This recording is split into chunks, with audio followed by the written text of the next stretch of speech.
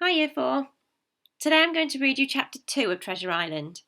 Now, when I was reading Chapter 1, there might have been a few words that you found quite tricky and you didn't quite understand. You might have already written some down, or you might have asked an adult the meaning. And what I want you to do today is that when I'm reading it out, I want you to write down any words that you don't understand, and you're going to need them for next lesson next week. So make sure, as I'm reading, if there's a word you don't understand, write it down. And remember, you can pause the video so you have time to write it down. Chapter 2 of Treasure Island. Black Dog appears and disappears. It was not very long after this that occurred the first of the mysterious events that rid us at last of the captain, though not, as you will see, of his affairs. It was a bitter cold winter, with long hard frosts and heavy gales, and it was plain from the first that my poor father was likely to see the spring. He sank daily, and my mother and I had all the inn upon our hands, and were kept busy enough without paying much regard to our unpleasant guest. It was one January morning, very early, a pinching frosty morning, the cove all grey with hoar frost, the rippling lapping softly on the stones, the sun still low and only touching the hilltops and shining far to seaward. The captain had risen earlier than usual and set out down the beach, his cutlass swinging under the broad skirts of the old blue coat, his brass telescope under his arm, his hat tilted back upon his head.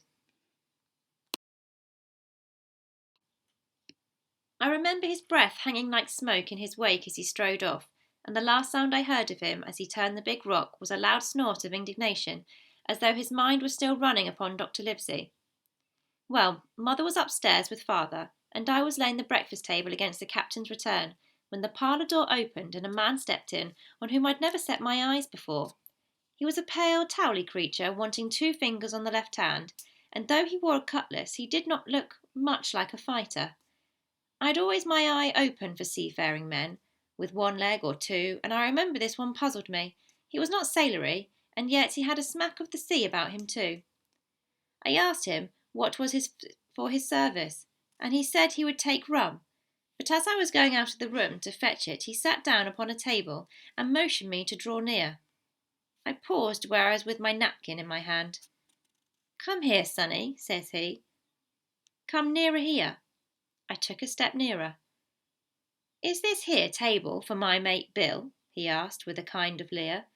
I told him I did not know of his mate Bill, and this was for a person who stayed in our house whom we called the captain.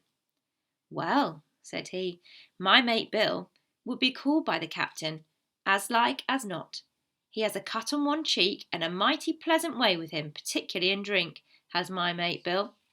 We'll put it for argument like, that your captain has a cut on one cheek, and we'll put it, if you like, that cheek's the right one. Ah, what I told you. Now is my mate Bill in this here house?"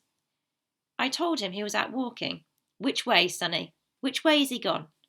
And when I pointed out the rock, and told him how the captain was likely to return, and how soon, and answered a few other questions, "Ah," said he, "this'll be as good as drink to my mate Bill." The expression on his face as he said these words was not at all pleasant, and I had my own reasons for thinking that the stranger was mistaken, even supposing he was meant what he said. But it was no affair of mine, I thought, and besides, it was difficult to know what to do. The stranger kept hanging about just inside the inn door, peering around the corner like a cat waiting for a mouse. Once I stepped out myself into the road, but he immediately called me back, and as I did not obey him quick enough for his fancy, a most horrible change came over his towly face, and he ordered me in, with an oath that made me jump. As soon as I was back again, he returned to his former manner, half fawning, half sneering, patted me on the shoulder, told me I was a good boy, and he had taken quite a fancy to me. "I have a son of my own," said he, "as like you as 2 blocks, and he's all the pride of my art. But the great thing for boys is discipline, sonny, discipline. Now, if you had sailed along of Bill, you wouldn't have stood there to be spoke to twice, not you. That was never Bill's way, nor the way of sich as sailed with him. And here, sure enough, is my mate Bill, with a spyglass under his arm, blessed old art, to be sure. You and me'll just go back to the parlour, sonny, and get behind the door, and we'll give Bill a little surprise. Bless his heart, I say again. So saying, the stranger backed along with me into the parlour and put me behind him in the corner, so that we were both hidden by the open door. I was very uneasy and alarmed, as you may fancy, and it rather added to my fears to observe that the stranger was certainly frightened himself. He cleared the hilt of his cutlass and loosened the blade in the sheath, and all the time we were waiting he kept swallowing, as if he felt what we used to call a lump in the throat. At last, in strode the captain, slammed the door behind him without looking to the right or left, and marched straight across the room to where his breakfast awaited him. "Bill!" said the stranger in a voice that I thought he'd tried to make bold and big. The captain spun round on his heel and fronted us. All the brown had gone out of his face, and even his nose was blue. He had the look of a man who sees a ghost, or the evil one, or something worse. If anything can be, and upon my word I felt sorry to see him, all in a moment turned so old and sick. "Come, Bill, you know me. You know an old shipmate, Bill, surely," said the stranger. The captain gave a sort of a gasp. "Black Dog," said he. "And who else?" returned the other, getting more at ease. "Black Dog as ever was. Come for to see his old shipmate Billy at the Admiral Benbow Inn. Ah, Bill, Bill, we have seen a sight of times, us two, since I lost them 2 talons holding up his mutilated hand. Now, look here," said the captain. "You've run me out down. Here I am. Well then, speak up. What is it?" "That's you, Bill," returned the black dog. "You're in the right of it, Billy. I'll have a glass of rum from this dear child here, as I've took such a liking to, and we'll sit down, if you please, and talk square, like old shipmates." When I returned with the rum, they were already seated on either side of the captain's breakfast table, Black Dog next to the door, and sitting sideways, so as to have one eye on his old shipmate, and one, as I thought, on his retreat.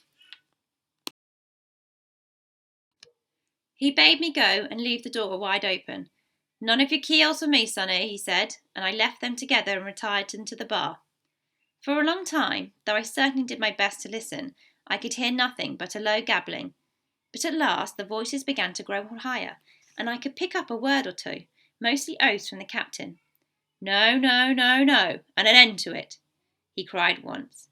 And again, "If it comes to swinging, swing all, say I." Then all of a sudden there was a tremendous explosion of oaths and other noises. The chair and table went over in a lump, a clash of steel followed, and then a cry of pain, and the next instant I saw Black Dog in full flight, and the captain hotly pursuing, both with drawn cutlasses, and the former streaming blood from the left shoulder. Just at the door, the captain aimed at the fugitive one last tremendous cut, which would certainly have split him to the chine, had it not been intercepted by our big signboard of the Admiral Benbow. You may see the notch on the lower side of the frame to this day. That blow was the last of the battle.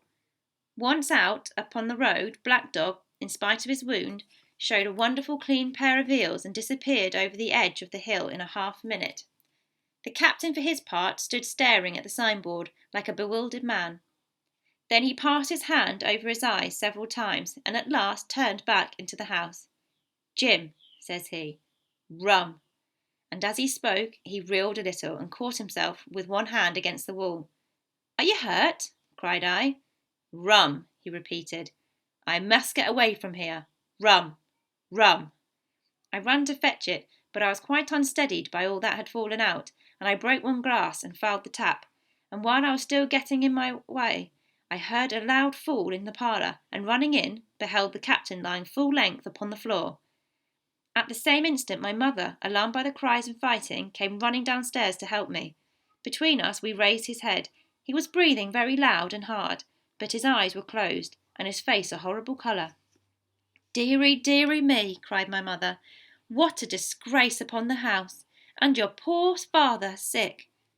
In the meantime we had no idea what to do to help the captain, nor any other thought, but that he had got his death hurt in the scuffle with the stranger.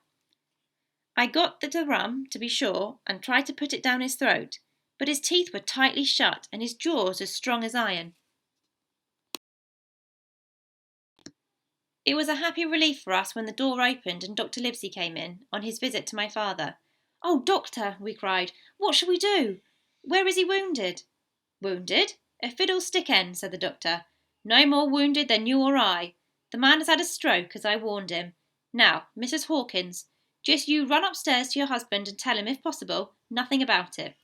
For my part, I must do my best to save this fellow's terribly worthless life, and Jim here will get me a basin. When I got back with the basin, the doctor had already ripped up the captain's sleeve and exposed his great sinew arm. It was tattooed in several places. Here's luck, a fair wind, and Billy Bones his fancy were all neatly and clearly executed on the forearm, and up near the shoulder there was a sketch of a gallows and a man hanging from it. Done, as I thought, with great spirit. Prophetic, said the doctor, touching this picture with his finger. And now, Master Billy Bones, if that be your name, we'll have a look at the colour of your blood. Jim, he said, are you afraid of blood? No, sir, said I. Well then, said he, you hold the basin, and with that he took his lancet and opened a vein. A great deal of blood was taken before the captain opened his eyes and looked mistily about him. First he recognised the doctor with an unmistakable frown, then his glance fell upon me and he looked relieved. But suddenly his colour changed, and he tried to raise himself, crying, Where's Black Dog? There's no black dog here, said the doctor, except what you have on your own back. You've been drinking rum. You've had a stroke, precisely as I told you, and I have just, very much against my own will, dragged you head foremost out of the grave. Now, Mr. Bones. That's not my name, he interrupted. Much I care, returned the doctor. It's the name of a buccaneer of my acquaintance, and I call you by it for the sake of shortness, and what I have to say to you is this. 1 glass of rum won't kill you, but if you take one, you'll take another and another, and I stake my wig if you don't break off short, you'll die. Do you understand that? Die, and go to your own place like the man in the Bible. Come, now, make an effort. I'll help you to your bed for once. Between us, with much trouble, we managed to hoist him upstairs and laid him on his bed, where his head fell back on the pillow, as if he were almost fainting. Now, mind you, said the doctor, I clear my conscience. The name of run for you is death. And with that he went off to see my father, taking me with him by the arm. This is nothing, he said, as soon as he had closed the door. I have drawn blood enough to keep him quiet a while. He should lie for a week where he is. That is the best thing for him and you, but another stroke would settle him. That's the end of chapter 2, so you should have now written down some words that you thought were tricky words that you didn't quite understand. If you need to, go back in the video and you can pause it at any point so you can write words down.